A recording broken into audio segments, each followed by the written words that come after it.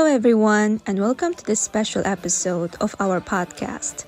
Today, we are honoring East Turkestan Republic Day, a day that holds deep meaning for Uyghurs around the world. On this day, we remember the establishment of our republics in 1933 and 1944, moments that symbolize our resilience, unity, and the pursuit of self-determination. But today isn't just about looking back. It's also about inspiring hope for the future. I am excited to have our guest, Mrs. Ruqya Turdush, to help us explore what East Turkestan Republic Day truly means to all of us. So, Ms. Ruqya Turdush, every year on November 12, Uyghurs in the diaspora celebrate the establishment of the East Turkestan Republic in 1933 and 1944.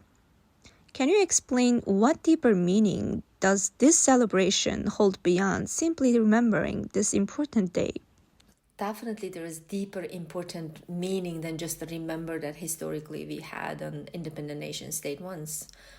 In fact, historically Uyghurs had established empires and the kingdoms. Those include Edukut Uyghur state, Karakhanate state, and Yarkand Khaganate, and the Kashgaria state before Manchu Empire's invasion in 1877. And Kashgaria state actually was recognized by Ottoman Empire and British at that time.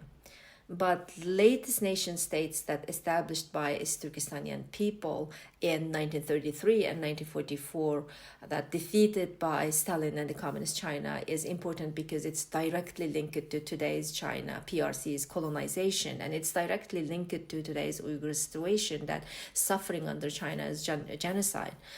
And it's also this colonization happened during decolonization, during global decolonization period, and it's clear evidence of China's violation of the UN Charter Article 2.4 that prohibited the use of force in interstate relations. Because China entered East Turkestan with armed force to destroy East Turkestan's political independence and territorial integrity.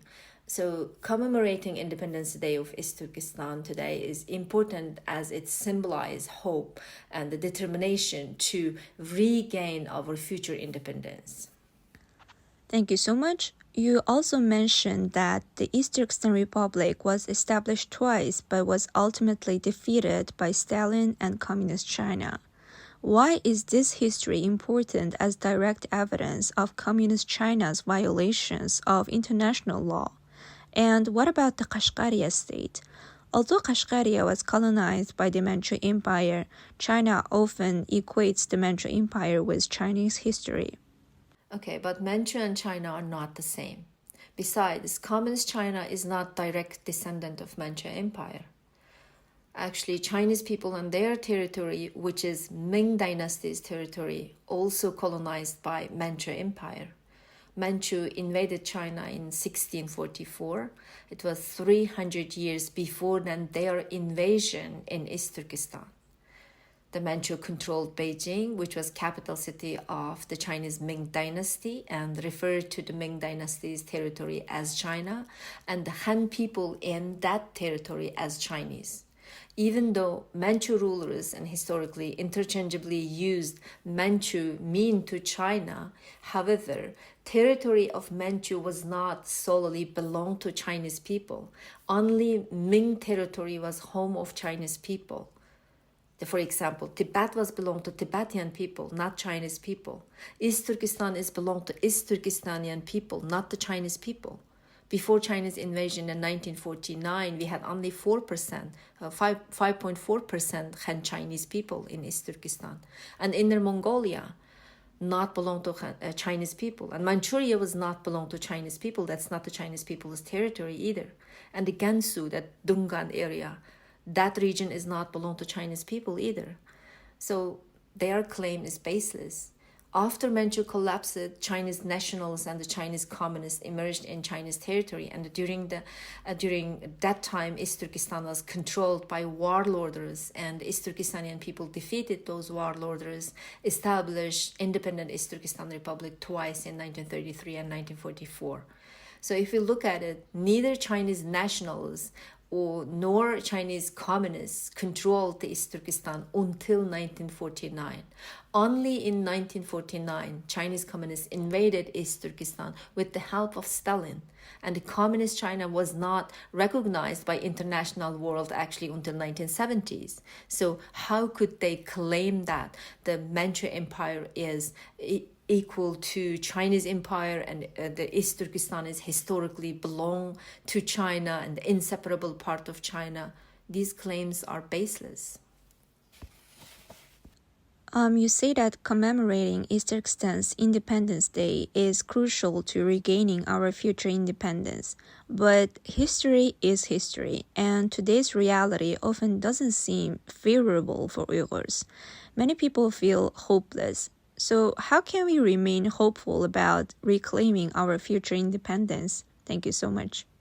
Do we have other option then? No, right? Autonomy, that's not realistic too, because China failed to guarantee autonomy to East Turkestan more than 70 years right now, and it's end up with genocide.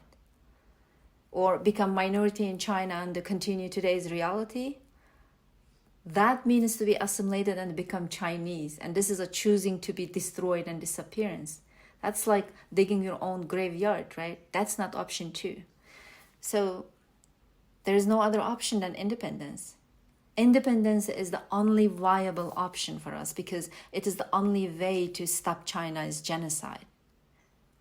Those people who do not believe East Turkestan's independence are the people who believe in China's power.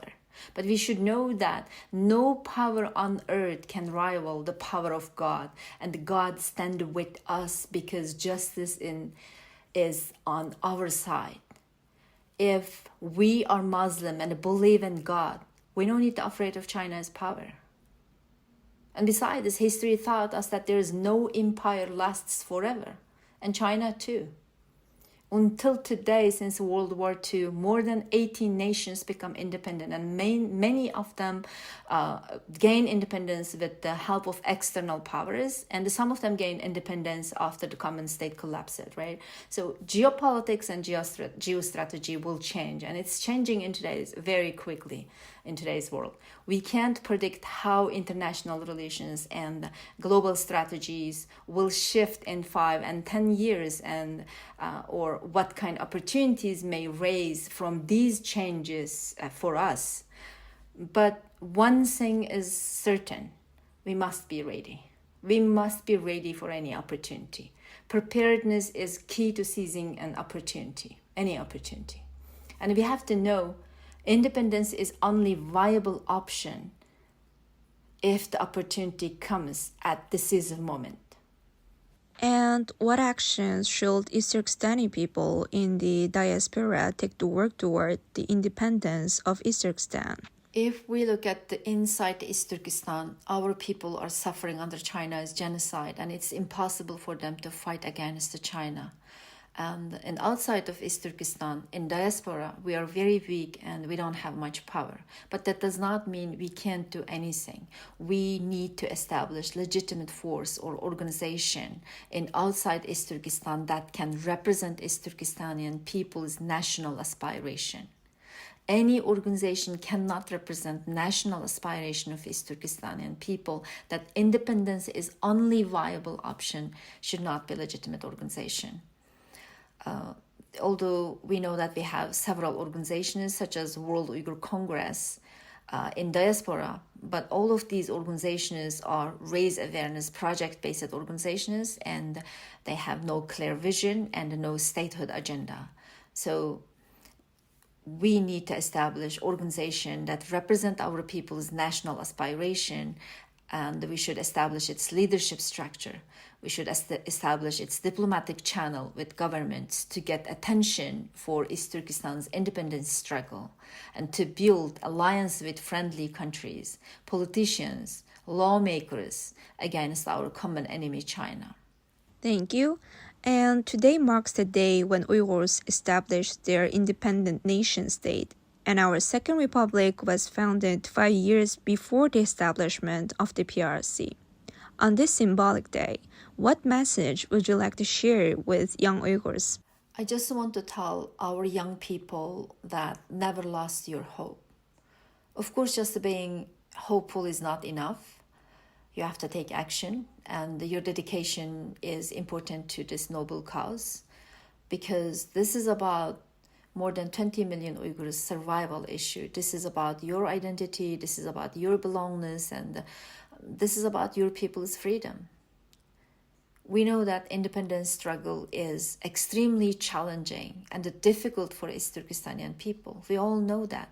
But it will possible if our people, especially young people, support and dedicate their vision, time, and energy and wisdom. It will be possible. I'm very hopeful about that. I know Uyghurs have so many smart people. I know so many young, smart Uyghur people, but many of them are wealth and prestige and social status seekers. East Turkestanian independence movements cannot provide those incentives to them, and our organizations are suffering with lack of dedicated, patriotic, professional, and smart people. I don't want to say that looking for wealth, prestige, and social status is completely wrong, because you need to stabilize your individual life too. But I think being a member of the group that's suffering under genocide, it's unpatriotic and selfish to prioritize anything above the survival of our nation. Thank you so much, Ms. Ruqya Turdush. Thank you for being here today. Thank you for you as well. I really enjoy to discuss this very meaningful topic. Thank you. Yeah, me too. And also thank you for joining us on this special day of remembrance and hope. As we honor East Turkestan's legacy, let's keep this spirit alive by continuing to work for our sites and sharing our story with the world. May this day inspire each of us to stay united and resilient. Until next time, take care and stay hopeful.